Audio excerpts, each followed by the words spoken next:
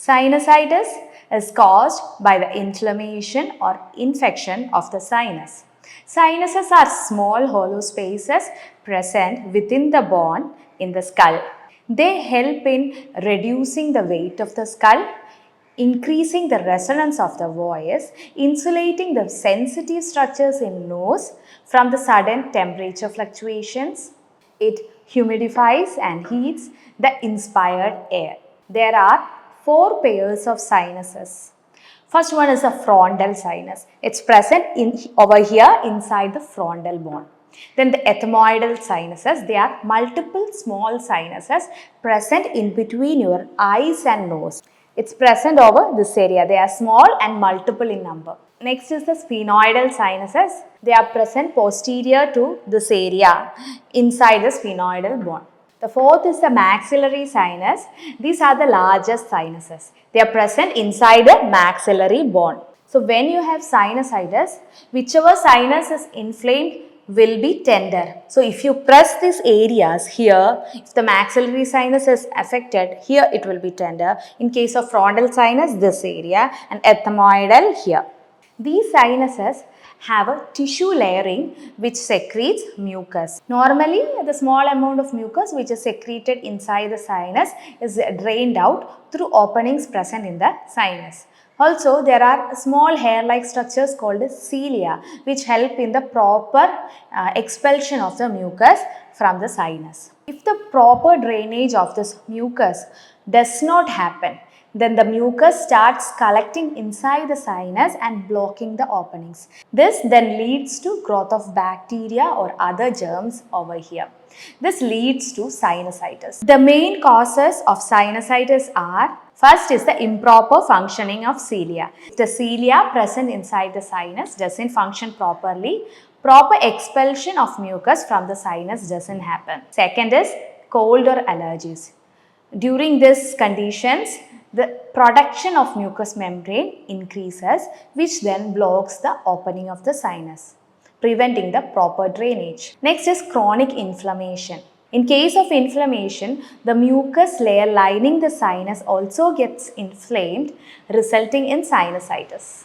In case of deviated nasal septum or bony spur in the nose or polyps, also the proper drainage of mucus doesn't happen, resulting in sinusitis. Symptoms of sinusitis are a stuffy or blocked nose, a thick white, yellow or green discharge from nose, pain in the teeth, pain or pressure in the face, especially over the area of infected sinus. This often feels worse when a person bends forward, that is post-nasal dripping. That is the mucus dripping from the posterior side of the nose into the mouth. You may also experience fever, trouble smelling or loss of smell known as anoxia, headache, ear fullness or pressure, bad breath, and a feeling of tiredness. Headache and anosmia can also be a major complication of sinusitis. Now let's see how sinusitis is explained in Ayurveda.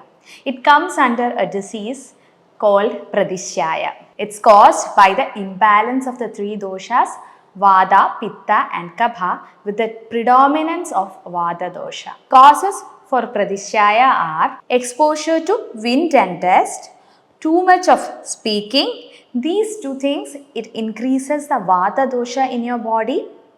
Next is sleeping at daytime. This in turn increases the Kapha in your body, and staying awake at night, which increases Vata dosha.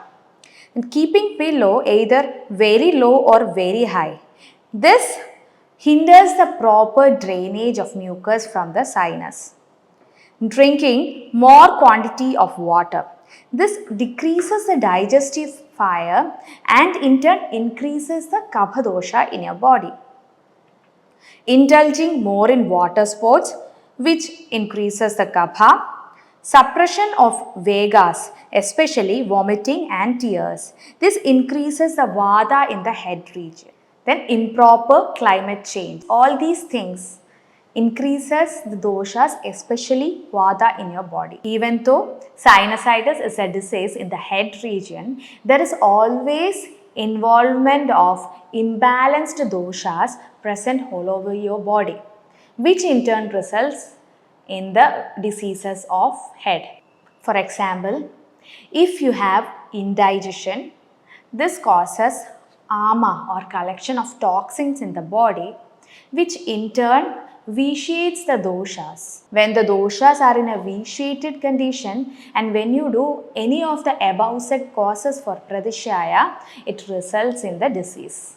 The ama dosha causes an inflammatory reaction throughout the body which happens in the head region also.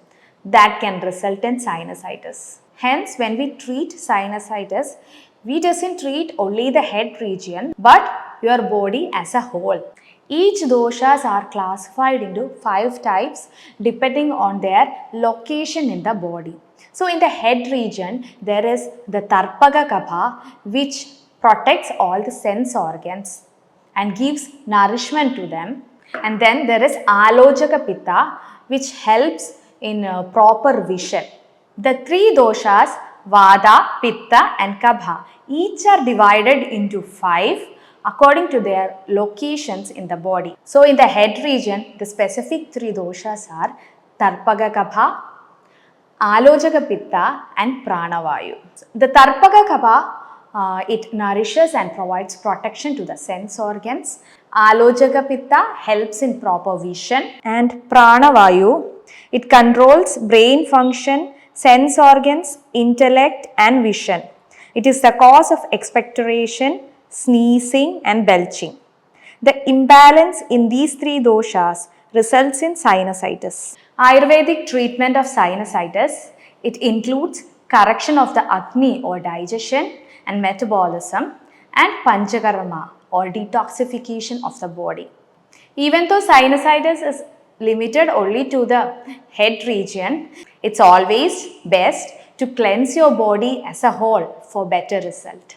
In Panchakarma, the most important treatments in sinusitis are Vamanam and Nasyam.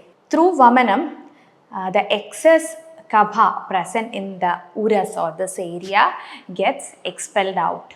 Nasyam is the only treatment through which the doshas accumulated in the head region can be expelled out. But along with Vamanam and Nasyam, doing other Panchakarma treatments like Virechana and Vasti will also be helpful. Virechana helps in eliminating the excess pitta from your body, and Vasti helps in correcting the vada and bringing it back to its normal flow. Nasyam.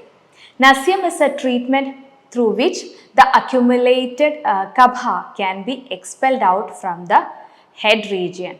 Here the medicine is instilled through the nose and the patient is made to spit it out through the mouth.